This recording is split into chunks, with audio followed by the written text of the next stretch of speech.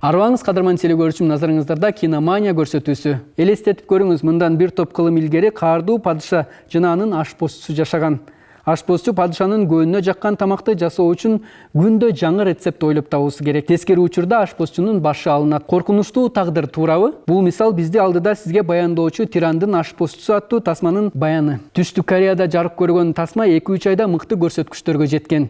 Аталган драмада сыйкырдуу китепти окуп эски долларга түшүп калган ашпозчу жана анын падышасы жөнүндө айтылат. Йон Жион атага алыска кеткен ашпозчу айым. Ал бир ирет эски китептерди издеп жатып, сыйкырдуу китептеги дуаны окуп, жыйынтыгында жаңы доордон 200 жыл мурдагы Кореянын Чосон деп аталган дооруна түшүп калат.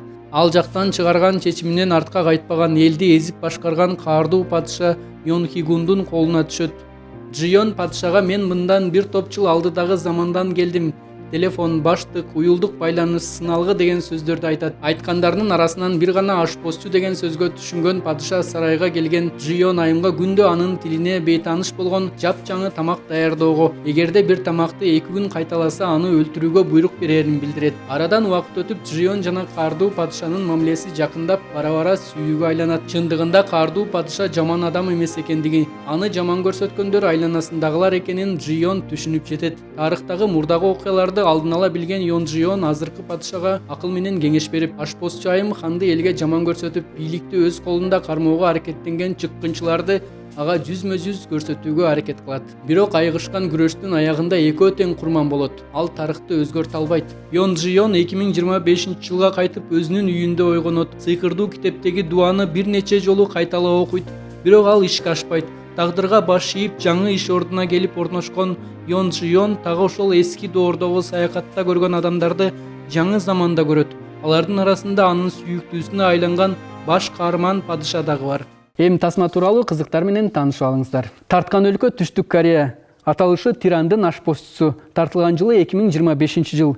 Жанры комедия жана фантазия. Башкы ролдордо Лим Юна, Ли Чхэмин жана башкалар. Драма, тарыхый фантастика, романтика жана убакыт аркылуу саякаттоо сыяктуу бир нече жанрларды камтыйт. Бет ачары 2025 жылдын сентябрынан баштап рейтингтери тез өсүүдө. Биринчи сериядагы 4,9% көрсөткүчтөн финалдагы 17,1%га чейин өскөн. Сериалдагы тамак аш жөн гана фон эмес, көрөрмандарды көркөм жана даамдуу кулинардык чечимдер таасирге салат. Драмада өзгөчө эффекттер заманбап форматта топтоштурулгандыктан ар бир сахна өзгөчө таасир калтырат. Тасманын ар бир эпизоду бирде боорду эзген күлкүлүү, бирде жүрөк эзген кайгылуу болсо, айрым учурда романтикалуу сезимдерге бай. Башкы каарман Им Юна ролго кылдат даярданган.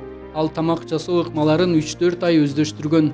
Ошондуктан тамак бышыруу көрүүчүлөргө чыныгыдай сезилүүсү үчүн кошумча ашпозчуларды колдонушкан эмес. Мындан сырткары тасмада чынчылдык, намыс үчүн күрөшүү, эл аралык мамиле маселелери козголгон. Драма ушул жылдын 28 августунда жарык көрүп, TVN жана Netflix сайтында көрсөтүлүп, Кинопоиск сайтында 8,38 балга ээ болгон. Фильм эфирге чыккан күндөн тарта араб, француз, кытай жана испан тилдерине которууга сунуш түшкөн.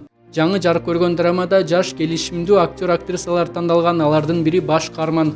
Учурда 25 жаштагы актер Ли Чхэмин Корей сахнасында жаңыдан чыгып келе жаткан жылдыз. Тирандын ашпозчусу драмасында падыша Йон Хигундун ролун жаратты. Баш каармандан ага партнер айым 10 жашка улуу. Ошентсе да бул актер үчүн тасма талаасында сүйүү жана сезимге бай эпизоддорду өз деңгээлинде алып чыгууга тоскоол болгон эмес.